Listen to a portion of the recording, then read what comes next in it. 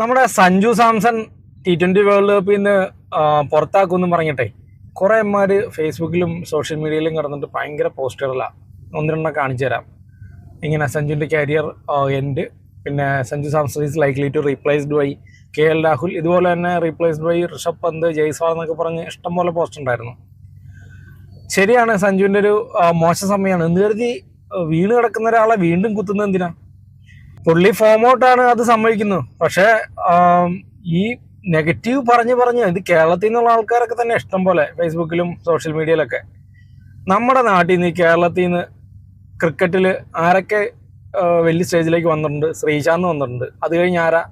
സഞ്ജു സാംസൺ മാത്രമേ വന്നിട്ടുള്ളൂ. ഈ പറയുന്ന IPL ടീമുകളുടെ ക്യാപ്റ്റനായിട്ട് ആകെ ഇന്നവർ ഒരേ ഒരു മലയാളിയെ വന്നിട്ടുള്ളൂ, അത് സഞ്ജു സാംസൺ ആണ്. 140 കോടി ആൾക്കാരുള്ള ഈ രാജ്യത്ത്, അതൊക്കെ പഴയ കണക്കാണ്, ഇപ്പോൾ അതിൽ കൂടുതൽ ആൾക്കാരുണ്ട്.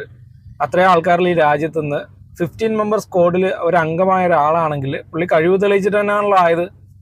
പിന്നെ പുള്ളീനെ കിടന്ന് ഇങ്ങനെ ചൊറിയേണ്ട കാര്യമൊന്നുമില്ല. ഫോം ഔട്ടൊക്കെ മാറി ആൾ തിരിച്ചു വരും.